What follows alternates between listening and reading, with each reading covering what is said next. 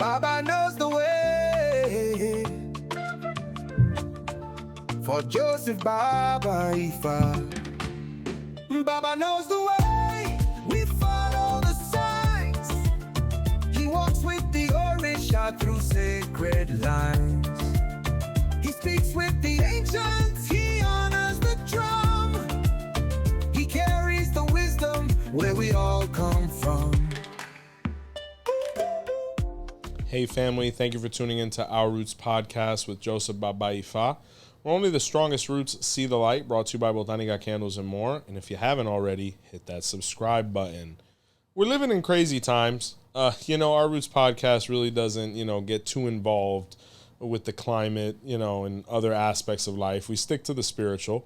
But today we're going to be going over Ifa's views on war. Ooh. Yeah, it's a pretty popular song, right, Phil? What is it good for? Well, we can't play it. We can't play it, but we can like it, But, from the dawn of time, specifically within Ifa, conflicts have arisen, unfortunately, where we, our higher selves as human beings, haven't been able to use logic, discernment, and conversation to be able to overcome obstacles between each other.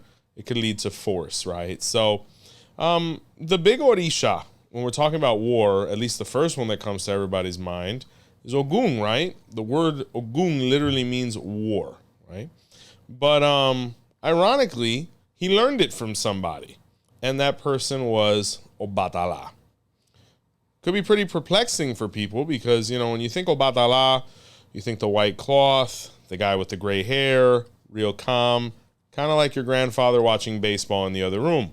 Mm-hmm. But Obatala wasn't always like that, right? He wasn't always the calm statesman that we view him as now. To be able to get to that point, he had to do a lot of the opposite. So when we look at the Odu of Iwori Bosaso, or Iwori Osa, it speaks of war, right, and conflict. And there were a lot of feuds happening on Earth. Human beings were starting to have different concepts and ideas.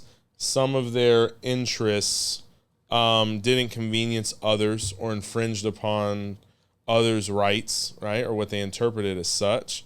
And it was just ongoing conflict. And Olodumare was becoming frustrated because he's like, okay, kind of based on the concept of Oturamei, these people kill each other, they come back, it was just a bunch of nonsense, right? So he sought advice, and he went to visit Orunmila. Divination was performed, and the Odu of Iwori Osaso was revealed basically for the world, right? And it was said that sacrifice and offerings and counsel had to be sought from the Orisha Obatala. Now, Obatala wasn't the Obatala we know now. He was in his manifestation or path of Ayaguna. Really interesting because his name literally means Aja Ogun Ona, which means the dog looks for war on the path. He's the war dog, right? Probably the most popular Obatala path. He's the one with the white beads and the red bead every now and again. And we're going to explain that momentarily. So when they went to visit Ayaguna, he looked at Olodumare and said, I have a very simple solution for what's occurring. And Olodumare said, please do tell. He said, when they die, make sure they die for real. And Olodumare said, but I don't want anybody to die. And he said, well, if you don't, we're going to have this recurring thing that we've been having since the Odu of Baba Turameji, because in that Odu, it says that Shango put the white cloth, which was really representative of the clouds, to be able to stop, human beings from regenerating every 9 days, which is another concept that's in Ofumeji. It's one big spider web. But staying Odu specific, he said, I could end this, but you have to allow me to do it my way. And Olodumare was very scared because Ayaguna was not well, But at the same time, he was a master tactician. He knew war. He understood war. He actually had taught the arts of combat to his younger brothers, Shango, Ogun. Because Ayaguna is an interesting concept because some people say he's a path of Obatala, which is what's commonly accepted. And then some people say he's an Orisha all unto himself, right? So neither here nor there, Olodumare ultimately had to acquiesce to what Ayaguna was recommending because he had no other options or ideas. So they say there's this epic scene where Ayaguna descended upon Earth and brought war, right? And it wasn't that he necessarily was the one doing the fighting, but he influenced those that were already in conflict so they would compete and engage in combat to see that which would be superior or which side would ultimately win. Because for a war to end, something has to expire. So they say that the amount of bloodshed that came from it led to his saber becoming stained in red, and him, based on him being in combat or influencing it, would wipe it on his clothes. That's why when you see Ayaguna, you usually will see him depicted with a red sash. Yeah, I was going to say that. Oh, you've seen it? Yeah, every AI generated image of that, I've always seen it with that. Oh my gosh, and it makes you realize he really is the most popular Obatala. Now you have other paths like Osagrinyang, right, who some people say is the first, debatably against Obamoro, and all the other paths are pretty, they're pacifists, right? But Ayaguna was the complete opposite. And I like bringing up the point of Ayaguna quite a bit because it shows the difference between youth and maturity and the influence possibly of testosterone, right? And it's not that estrogen cannot be aggressive as well. We're going to get into that. There's a Pataki that speaks of Oshun as well at war. I remember the movie Troy. Have you ever seen it? Mm-hmm. Do you remember, I think it was Odysseus. He said, war is old men talking and young men dying. Yep. And, as I've gotten older and you kind of analyze certain situations, I think back how my 18-year-old, 22-year-old self would have reacted to certain things. And I'll be 34 this year. And how I'd react to certain things now. Nobody's perfect. You pop off every now and again. But for the most part, you try to be a diplomat and a statesman and try to get to the goal with the path of least resistance. But Ayaguna represents Obatala's transition because they say that after this great war that was occurring on Earth and seeing so many people die and whatnot, he said, I never want to see blood on my clothing ever again. And that's when, he started developing into the other paths of Orisha. But then some people say that those elder paths were the ones that birthed him. So you begin to realize we're not dealing on a linear time continuum here. But neither here nor there, war really manifested in the Odu Ifa. It speaks of when Obatala Ayaguna brought it down from heaven to earth.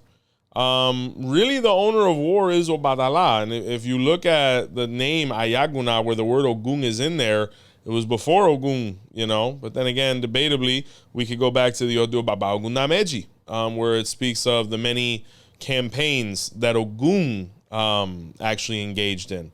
When we study Ogun Namei, it speaks of when the brass and the bronze and all these things that the Yorubas and the people from Benin City, or Bini, as it was known, they were master craftsmen in this, and they were able to develop weapons and, with that, try to extend their influence and created conflict and battle and all these other things. And it derives from Ogun. But when you look at various Odus, Obatala, being the king that he was, would commission Ogun to create his weapons for him. That's why when you look in the Odu of Osameji, it was Obatala that commissioned Ogun to create the knife, right? Obatala is actually the real owner of the knife, or the Ada Orisa, originally. And it was something that he commissioned Ogun, his son, the blacksmith, to create, where the knife itself as a tool and implement is the Odu Baba Ogun Nameji, which is the Saraye of Ogun, and get a little convoluted. And then if you look at the Odu of Iroso Tu Alara, Obatala would keep Ogun on retainer to create all of these weapons, whether it was guns, whether it was knives, however. Where even in the Odu Baba Ogun Nameji, it speaks of Ibong, which, if I recall correctly, is the word for gun. There's scripture about it. So in reality, Obatala was the owner of all of these things, and Ogun was really the constructor of it. But being somebody that's making the gun, making the knife, you might have some surplus. You're definitely not going to have a shortage if you're the guy making it. But they say that Ogun was there in those wars as well. And there's a really incredible thing that you can still see manifested till this day. This the Ifa of the war dances in Baba Ogun Dameji, right? And when you translate Ogun Dameji, it could be Ogun Dameji, which in war we used 2 knives, right? Apart from the popular one of where he divided the 2 fish, where it speaks of 2 knives going against each other, thus, reiterating conflict, because that's when it usually happens. But when Ogun won the war, he actually engaged in the war dance. So whether it's where you see the Samoan brothers doing the, what is it? The taka? The haka. Forgive me. Or you see what happens, I believe, in Pakistan, the closing of the gates, or any of these expressions, even in Africa, of course. Ogun was the first one to do this, right? Or he, started, imposing himself through dance, right? It was really beautiful, even though it came from results that were gruesome. And another thing he actually manifested was the planting of the flag, right? All of that manifested in Ogun Namei, where it was to show that the land had been conquered by said side. Now, the ironic part about it is that it was the white flag, right, originally. And now it is seen as the symbol of peace, right, where Obatala conquered said land, and then after he did that, he felt remorseful for it, and he said, from this point forward, my flag will be that of peace. Wherever it's planted is because there will be no conflict there. So a lot of really interesting themes. I love that. Yeah, Obatala really went through it. That's originally I was going to make, because, the Ochung in Love video did so wonderfully. Of course, 2-parter. Yeah, absolutely. And it was bombastic. But I was going to make Ogun and War. But the thing is when you really look at the mastermind behind war, it was Obatala, right? So I said, there's so many Orishas that entered into so many conflicts and actually amassed a force to be able to impose itself. I said, I'm just going to call it Ifa and War because, Ogun has a couple great Patakis, but I mean, like the ones with Obatala are amazing. Yeah, because when I think of Obatala, I think of the wisdom and father figure, and you always wonder, well, how did he get there? Yeah, he got there through a lot of blood-stained clothes and aggressiveness, and even when you look at like the movie Troy once again, when you look at the King of Troy, he kind of looks how would you imagine Obatala to look, but how many conflicts and things and pains did that man go through? So going back to Obatala with the conflict. He was involved in quite a few. And ironically, it was with Ogun. So Obatala was the king in the Odu Ifa. And his prince was Ogun. And Ogun was very critical of his father. He felt like his father was slow to anger. He was too laxed. He's like, this guy, he doesn't want to get it popping. He just wants to chill all day and there be peace. And Ogun, being full of a lot of vinegar, wanted to go to war. He wanted to conquer. He wanted all these different things. And Obatala was like, hey, it's easy to criticize the crown when you're not sitting under it. What you should do, son, is learn from me. I know I seem boring. I know I seem outdated. But I assure you, there's some things I could teach you because I was the same way with my father. But Ogun wasn't trying to hear it. So Obatala had the habit of getting divination with Babalawos. So when he visited Orunmila, the Odu Ifa was revealed. And Ifa told him to perform sacrifice and to get the army together and amass the forces because a war was coming immediately.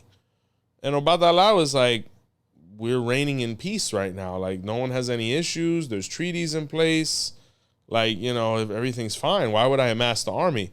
And Orula said, hey, even if you don't believe me, do a drill. Doesn't hurt to stay sharp. And Obatala was like, yeah, we haven't done one of those in a while. So, yeah, I'll do it tomorrow morning. So Obatala woke up. He sounded the alarm, and the legions basically united and were in front of the kingdom. What Obatala couldn't believe was that when he looked out of his balcony, he saw another army across from him. And who he saw at the front of the army was his son Ogun. So he was like, what is this kid doing? So he rode out, and they met in the middle of the battlefield, kind of like Kingdom of Heaven. And Obatala said, what are you doing? He said, I came to wage war upon you. He said, bro, I'm your father. And Ogun looked at him and said, which one of my men betrayed me? And he said, no one betrayed you other than nature. I got a reading recently that told me to have the army ready, but I didn't expect you would do something so foolish. And Ogun said, well, we're going to maraud upon you. We're going to charge. And Obatala said, my force is 8 times the size of yours. You're not winning today. You've made a grave mistake, because now these are actions that you can't come back from, and I must banish you, right?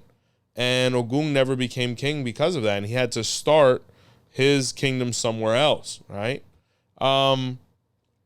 It's really incredible. And after that, Obatala praised Orula, never doubted Ifa ever again, but he was also heartbroken that his son didn't have the patience or humility to learn from him towards, his own royal process. So when you look at that, Ifa says everything has to be at its due time. Obatala had his methods, but they were forged in warfare. He was somebody that had really seen war, where Ogun was his young prince upstart who had never, experienced combat. He was ambitious for it, but he didn't realize all that could come with it. In later time, Ogun learned the hard way. There's a couple ways to learn. You could either learn through listening or you could learn through living, right? And Ogun learned from life, and he learned in the hardest ways, where he kind of looked back on what his father was trying to teach him and then realized his father was right all along, right? So very key lessons there, because, in parenthood, we go through that, whether it's biological or whether it's spiritual. With our children, we have to have the utmost patience. That's why Obatala is characterized by this concept of suru, or patience, because when you know better, you do better. And when you know better, you have more of an obligation towards patience, because if a child does something that is unbecoming of them, we cannot react with toxicity. We cannot react with impatience. We cannot react with, punishment per se. We should react to educate. We should react to refine, so that we're always doing so in a healing fashion, because we could do more harm than good there. And then, when it comes to the youth, understanding that there's a reason why our parents are the way they are. There's a reason why our elders are the way they are. I think this is actually a great lesson for spirituality in general right now within Ifa. Is there's a lot of Oguns out there and not enough Obatalas. So what you see a lot now is a lot of people who have come in, who are ambitious, motivated, excited, and want to, spit fire. Now, that's understandable, because they probably worked very hard to get here, but they have to understand that once they arrive here, they think they've reached the apex of the ladder, and they've just started on the path to the top of the mountain. Mentors are key. Guides are key. And that's what Ogun didn't understand and what Obatala was trying to provide. So very big lesson here that comes from the concepts of war. We have to learn from our elders. We have to be patient with our elders. The worst thing that we could ever do is disrespect them, undermine them, undercut them. We have to go at their pace. And Ogun realized that he should have when he had his first war and he saw his men dying, and realized, I wasn't prepared for this, So very key. Going back to Obatala one more time, when we look at the Odu Ifa, and this is a really ironic Pataki, because I remember I said it one time somewhere, and someone, wanted to, critique the legitimacy of it. And then ultimately I was vindicated by the literature actually coming out, being that it's written in the DC Ifa. But to be able to know that, you have to read the most basic literature we have on Ifa, which it seems the person did not. But I'm going to say it again, because it's proven tried and true. In the Odu of Iroso Ogunda, or Iroso Toda, was where Obatala was continuing his role as the molder of heads. But in some versions, he actually was molding the body as well. It's usually debated between Obatala and Odu. But the person he was molding at that point was Olokun, right? And Obatala had been working very hard on Olokun to make them the most perfect being, right? He wanted it to be his crown work. But when he got to the most crucial part, as I like to say, he became tired. He was an older guy. So he told Olokun, be patient. Let me really think this one through, and I'll get back to that. But, I got a lot going on, so please just be patient. So Olokun waited and waited and waited and waited until one day they felt disrespected and went and declared war upon Obatala. And Obatala said, why are you declaring war on me? I'm going to finish you. Like, please have patience. And Olokun said, no, you've disrespected me. You've undermined me. You haven't given me the attention I deserve. I'm supposed to be a priority, all these other things. But the problem was Obatala didn't want to go to war with Olokun, being that, he was basically creating it. But apart from that, he had to because everybody had seen the harassment and threat that Olokun had made towards him. So now he had to go to war. And Olokun at that moment realized, how am I going to war with no army? So Olokun went running to Orunmila. The Odu Ifa was revealed, where Ifa said that they needed to perform sacrifice to Shango, right? Now, when they did that, Shango said, I heard you're in a bit of a pickle with Dad. I'm going to lend you my 2 dragons. Now, this is the part where people started critiquing. The concept of the dragon is in multiple Odus of Ifa, not just Iroso Ogunda. In the Odu Irete Entedi, it speaks of Kole Mosa, right? Owani Mei speaks of it. Iwori Wofung speaks of it. Ogunda Mei speaks of it. It actually says in Ogunda Mei, the dragon, was shot down from a bow and arrow, possibly from Ogun no Shosi, which one of the hunters it was. But the way they were able to identify and give credit to the kill was because they actually cut open the dragon or did an autopsy, which was born in Ogun Namei, and the arrow was there like the hunter had said. So this isn't the only Odu that speaks of this. So dragons are real within the mythology of Ifa. And shout out to the Hobbit.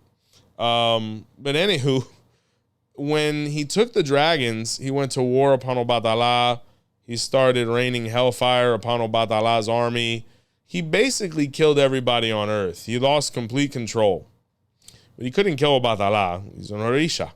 So when he landed the dragons, they met, and Obatala said, this was a complete waste of time on your behalf. And Olokun said, but I won the war. He said, you won the battle, but you lost the war. All that you've done here is not going to motivate me towards doing what you want me to do.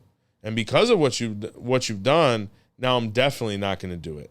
And that's why till this day we don't definitively know Olokun's gender, right?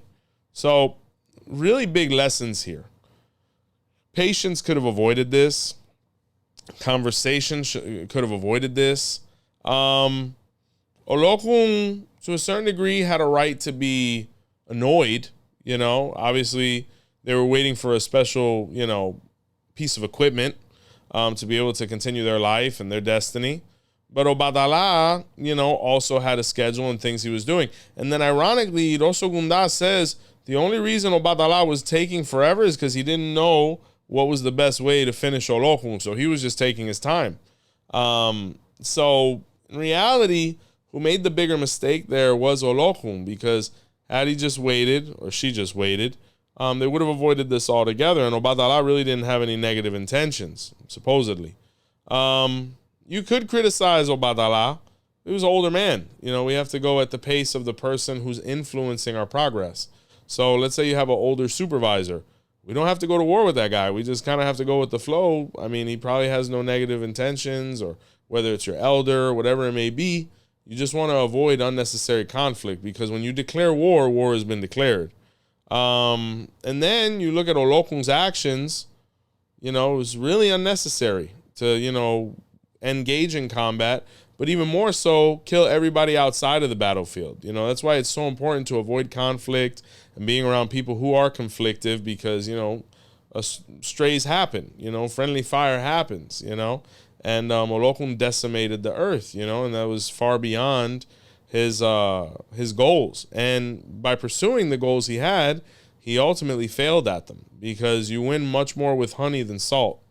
So had he been patient with Obatala, or possibly went to Obatala and said, hey, forgive me, I'm just reminding you, whenever you have the opportunity, we have to know how to interact with people and communicate with people.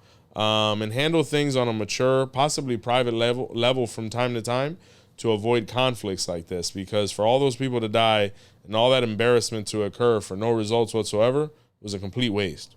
So it speaks of that. Oshun has a lot to do with war as well. In the Odu of Irete Yeru, or the Odu of Irete Njeru, Irete Wori, was where the gentleman was facing a war, right? An imminent war. And he, in some versions of the story, actually occupied a land of women, right? So he was like, how do I go to war with an army full of women, or, majority women? I don't have many male soldiers. Like, things aren't looking very good. So he visited Abawalawu. He performed divination for him. Irete Yeru was revealed, where Ifa told him to perform sacrifice to Egun Obini, or the feminine ancestors, right? And when that was done, spiritualities actually presented themselves in front of him. I believe they said it was 3. And they said, "You've summoned us." And he said, "Yes, I have quite a predicament. I'm about to be invaded upon. I have a bunch of women, that are nursing and pregnant, and, I have very few male soldiers. I really don't know what to do here. I think we're going to get annihilated here." And that didn't happen at all. So who he actually summoned were the Amazons. Now, mind you, in Africa, there is no Amazon. But that concept of the warrior women, or Wonder Woman, he got a whole army of them, right? And when it was time to, engage, they decimated the opposing force. What's the movie about Benin with the, is it Warrior Queen? Oh, with the Viola Davis. Yes. It's about the Dahomey tribes. Yeah, the Dahomey. Yeah. Woman King. It's Woman King. Yeah. So that's all in this Odu of Irete Yeru. It's the Ifa of the Amazons. So that concept of the warrior woman, the woman soldier, all of those things. And he won the war because of it. So whether you look at, the kingdom of Benin, or any other culture that had, that kind of feminine force, it was actually a much more decisive victory than any other one in Ifa has been identified, because, maybe other than the one in Obewenye that we're going to talk about, but, they did it so precisely. They just focused on the opposition, and they were able to move on with their lives.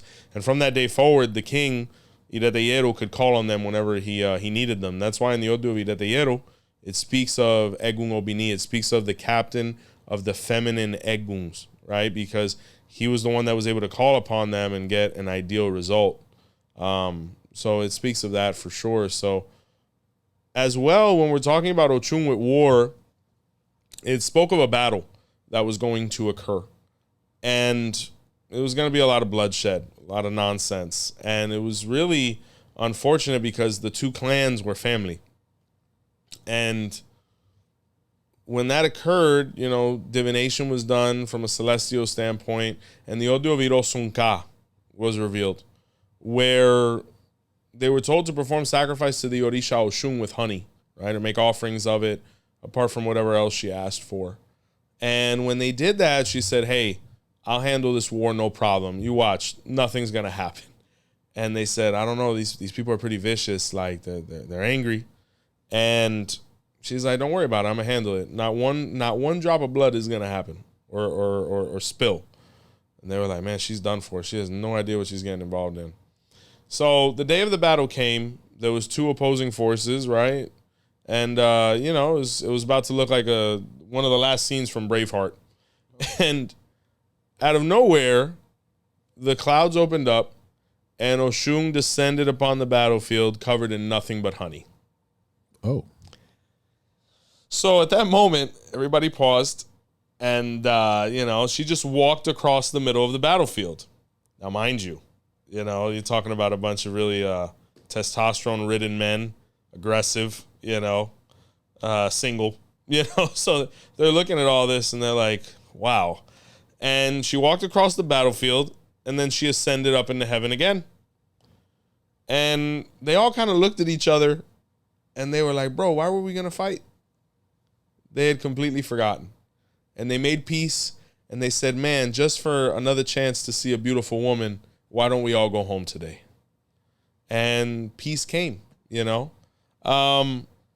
If we interpret this Odu and we interpret this message, there's so many things to avoid war for.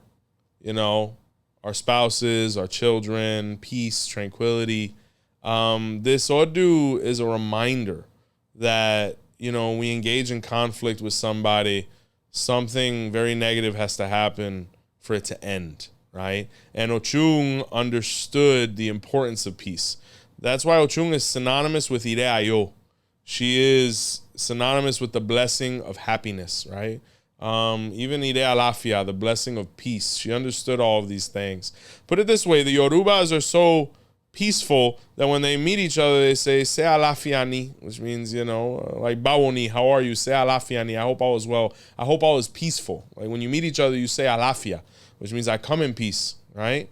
Like even if you look at the Odu Baba Otura Meji, his name was Baba Alafia Meji, which means twice as much peace and tranquility because of the white cloth. They understood the importance of avoiding these things because they knew where it could lead to. Now, one aspect is physical. The other aspect is the spiritual, and how ugly spiritual warfare can become.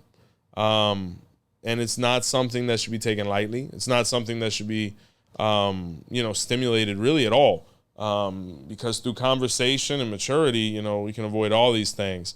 But when you look at Irosunka, they were able to realize there's so many other amazing things to do other than hack each other down.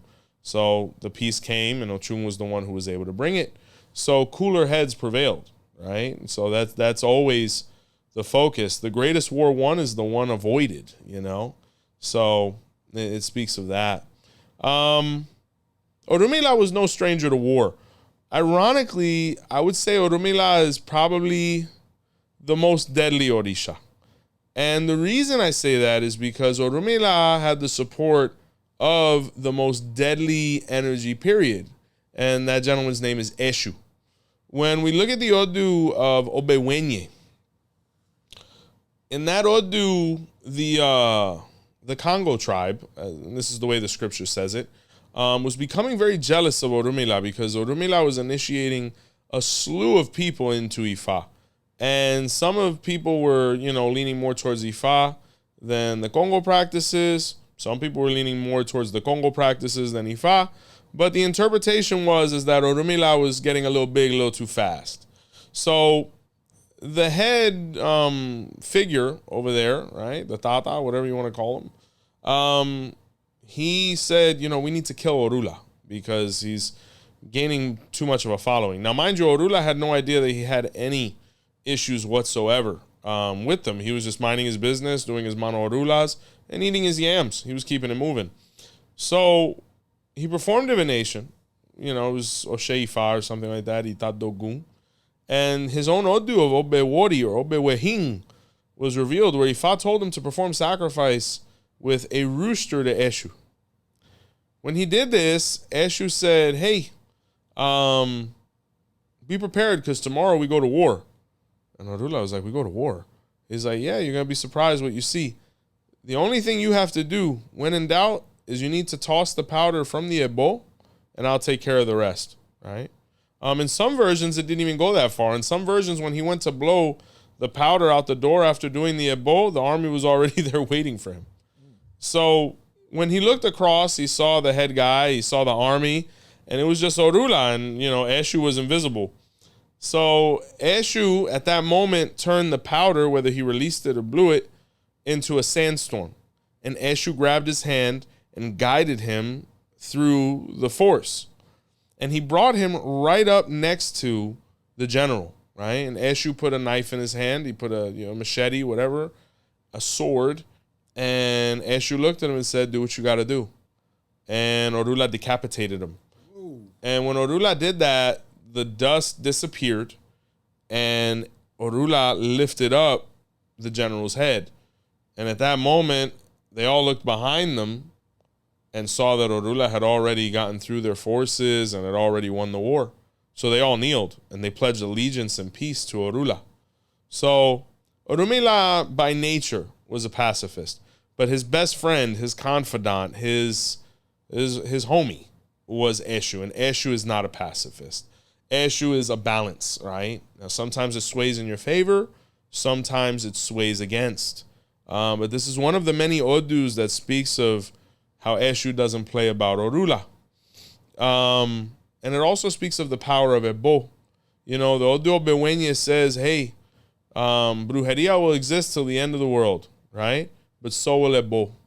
So it's very important, to avoid Ogu and Abilu and witchcrafts and all these different things, because they ultimately lead to nothing, right? But Ebo is long lasting.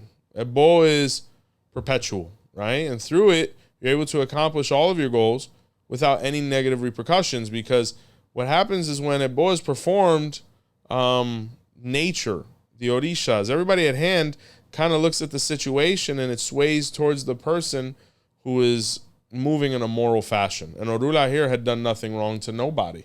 So he ultimately won, and Eshu knew how pure Orula's heart was. Also, in the Odu Ifa, it speaks of how when people disrespect Orula or the ethical Ifa practitioner, Eshu takes personal offense to it and brings calamity to that person. So, once again, another reason to avoid conflict. A big thing that has to do with war as well within the mythology of Ifa is the bata drum, right? There's a couple different versions, but if you look in the Odu of Edibere, it speaks of when communication was first placed into technology. And that first technology was the bata drum, or the ilu bata. And what occurred is that, once again, being that Edibere speaks of the 7 African powers, they were all at war at one point. And once again, the Congos came to invade Yoruba land. Now, Orunmila knew that they were going to have an issue. Divination was performed, Edibere was revealed, and they had to perform sacrifice to Ayangalu, which is Ayang Oga Ilu. Ayang, the Orisha Ayang, Oga, the boss or head of Ilu, the drum, right? Or to Orisha Yang, or Anya. And when they did this, they were told to go to war. So when they arrived on the battlefield, each opposing side had their army and whatnot. But at the very front, they had the brother drummers, right? Now, the ironic part about the drum is the first rhythm that's played, specifically to Eshu, within the Oro Seco. La Lubanche has other connotations. But the first one that's usually played in the Oro Seco commonly is La Topa, right? La Topa, when you translate it, means I came to kill you. So Ayang is the war dog. It's the war drums, right? And they started playing. And when the Congos heard that and they heard the rhythms, they became enchanted by it. Like, they started dancing, and it was actually, there's versions of that, or versions where they were frozen still because they heard the tudum and they were like, yo, what is that? And in that moment of indecision, they say that the Yorubas came and, they kind of hacked everybody down. So they made peace with what was left. So if we interpret Ifa, this Odu speaks once more of the importance of having the advantage, right? When you look at any of these stories with any of these Orishas, it was through the spiritual advantage that they were able to conquer, because as such, the Congos were much more vicious than the Yorubas in that regard. Not that the Yorubas were, not going to handle business, but the Congos had it was a little, they were different. So it was going to be a very ugly fight rather than one with precision. So through the bata, they were able to, do what they needed to and enchant them in a way to have that moment or that slight advantage to ultimately win. And a victory is a victory. A W is a W. So it shows the importance of being spiritually aligned when it comes to conflict or any of these things. And then you look at all of the different elements and tools and ultimately weapons that are present within Ifa to be able to accomplish, right? When we look at the concept of war, one of the biggest ideas that comes up is Ire Shegun or Ire Shegun and Ire Shegun Ota, which ultimately means victory or accomplishment, with the Ota meaning enemy, because an Ota is seen as an obstacle. So whether it's physically, God forbid, which it usually isn't anymore because we're modern, but it could be spiritually, it could be professionally, it could be socially. conflict comes with the human condition. But it's always important to try to avoid because of all the ramifications that can come afterwards, right? Being that we are, a society of laws. We're a society that's held accountable for our actions, and everything that can result from them. Big Orisha with war as well would be Shango, right? I mean, we're talking about literally his name means Shango, or I hit with the staff or the stick or the club, or I have permission to hit, or I hit with aggression, right? He who is vicious. So we're talking about, the reincarnation of Ajaka, possibly, or Jakuta, the stone thrower. Shango had many battles. And a really interesting one that doesn't get talked about enough is the one that was won by his wife, Oya. So Shango was sick. He couldn't really go to battle. He had a bunch of issues. And, he was basically going to lose. So Oya, being the amazing woman that she is, she grew a beard and acted like she was Shango. And she wore his robes and she went into battle with his army and she won. Wow. So I tell you, man, talk about woof. And, when he woke up, he saw her with the beard and she said, "Congratulations, Kawiesi, another victory won." He was like, "What?" And she had won one for him. So he said, "Man, I got to be with her." That's why he loved her so much. I mean, you talk about just a star-crossed twin flame lover affair. Like, Shango and Oya's relationship is really something to be studied and analyzed because they were so passionate and the elements they represented were so intense that they couldn't stand each other, but they couldn't be without each other, So, but big concept there, because that's why when we look at the difference within traditions, it is interesting. Like within the Lukumi tradition, you'll hear some people say, no, Shango children can't crown Oya children, or Oya children can't crown Shango children. And it's really based on a story that is really motivated by the ram, right? That was just an uncommon point for them. Like there's Orishas as well that didn't eat the same thing when they were married. Like Ayaguna, speaking about that path of Obatala, at one point was married to Oshun. I think this is in the Odu Baba Ifa. And, he would eat snails or igbing. That was his thing. So Oshun has this as a taboo for the most part, depending on Odus and things like that. She's not a huge fan. And, they were married, but she would prepare them for him, but it would cause her harm. Like, she's like, "Hey, I love you, but I can't make this for you because that's a taboo for me. Like, it's just not for me." And, because of it, they separated because he couldn't handle his wife not cooking something for him. It was a little toxic, there's no reason for that. He had enough money to pay somebody to cook it for him, but he was just a little bit toxic. So he lost Oshun because of it. But when you look at if you look at that concept, Oshun's crown Shangos all the time. I mean, Oshun's crown Obatalas all the time. Obatalas crown Oshun all the time. But they didn't get along because of a food source. So it's the same thing ultimately with Shango and Oya. It was over the ram because the ram was aware of the dalliance that Shango was having with Oya's sister Yemaya. So she completely, felt betrayed and she said, "I don't want to be around the ram," really. But it gets interpreted further, and Shango and Oya don't mix. But that's only in certain houses, right? Overall, no one should be crowning anybody unless we have the same Orisha crown. But we have ways to mitigate that, which has allowed us to survive centuries outside of Africa. But when you look at Isheshe, you can't crown Shango without Oya. There needs to be a daughter of Oya, etc. Like there's elements there. So, and the reason being is because of stories like this, where Shango, won battles because of Oya. Lightning, thunder, wind, fire, all these different things. Shango also is a water deity. He's characterized by the rain. Oya is a river deity as well. So very, very key and significant points there. But when we talk about Shango and war, I mean, you look at even my own Odu of Irete Suka, where he was set to be the next king of Ife after his father Odudua was to pass. but he didn't want to be involved in that. He didn't want to, he didn't like all the politics of diplomacy and royal life and things like that. He was a warrior. He just wanted to go to war, So he left his adopted brother Onife, in his stead. That's why the Onife, even though he is characterized by Orisha, at least our scripture says, and nobody get mad at me, that he actually isn't the blood descendant of Odua. The blood descendant of Odua is actually the Alafin of Oyo. Because when you look at the story in Ese Kangola, it's also in Obealara, where Orunmila wanted to be a war king, right, and conquer, which is why he founded Oyo.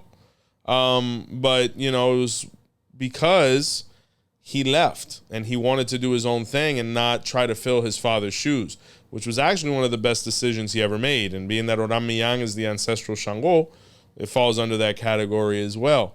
But it was through war, ultimately, that the Yoruba Empire was expanded under the guidance of the Alafins, right? Orunmila, Shango, Ajaka, Gayu, and all those to come. But he expanded the empire quite a bit because of it. So all of those city-states and things like that are a result of his efforts, right? So through war, we have the eclecticness of this culture that is Yoruba descendant and Afro descendant.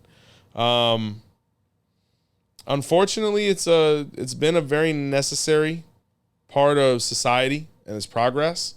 It's a sad one because you can write a lot of poetry about it. But until you're on that battlefield and you're feeling that cortisol, we can't relate. I mean, I'm not a veteran in any way, shape, or form. My regards to all of those brothers and sisters who have defended this country or whatever country they defend. And, it's been a part of who we are since then. And, it's to be used ultimately to lead to peace, and it's unfortunate, but the Odu Ifa says the only way to peace is through absolute and utter victory and domination. And unfortunately, that has a high price. So as we move forward as a world, hopefully peace reigns. So, well, you want to know what else doesn't have a high price? Our membership program. Yeah, smooth, right? All right, guys. I hope you enjoyed that episode. I really did. Make sure you drop a comment if you haven't yet. Make sure you subscribe if you haven't yet. Make sure you share with someone who you think this would resonate with. Nice. But if you want to know more, make sure you join our membership program. Please do. It's real simple. All you got to do is just hit that button right under this video that says join, and it takes you to a place of wonderful enchantment. Okay. Yeah. Essentially, it's an area where you get extra perks. Very nice. You get extra episodes, early releases, just shows just for the members. We've been recording some VIP episodes. Oh, question time. That's been awesome. Just questions that have been populating during our stuff. So Joseph is answering those directly. And discounts on merch and classes and all that stuff. Yeah, so tell somebody about it, guys, for sure. So we're going to spotlight the supporters here. This is our basic tier. Oh, man, the backbone. Yeah, the backbone of the channel. So I'm going to call you guys out. Here we go. We got Rose Maurice. Thank you, Rose. We got Frank Rios. Okay, Frank. We got Impressive with the E. Supporting. We got Sherry Ram. Appreciate it. We got JP Camejo. Thank you. We got Damis Chop. Okay. We got Ruby Lions. Thank you. We got Ricardona Apples. What's up? We got Olivia Frazier, and rounding out is Big Gulp. And these are all have been the past 10 days. What's the last one's name? Big Gulp? Yep, Big Gulp. Man. Like the 7-Eleven. It's like the owner of 7-Eleven. Shout out to Big Gulp, and shout out to all of our members. But these have all been the last 10 days. Oh my gosh, thank you guys so much for joining. You're very welcome. And we appreciate it. So a couple things before we go ahead and disconnect. Be sure to get into that workshop, family. Can't wait to see you guys in Atlanta and New York this year. Let somebody know about the membership program. Well, DonnieGotCandlesandMore.com is up and running for all your service and product needs. We do ship. Be sure to listen to the podcast on any of the major apps like iHeartRadio, Apple, Spotify. Be sure to like, comment, share, and subscribe. A big thank you from all of us here at Our Roots Podcast. And until next time, see the light. Baba Joseph showed the path today. Baba knows the way, we follow the signs.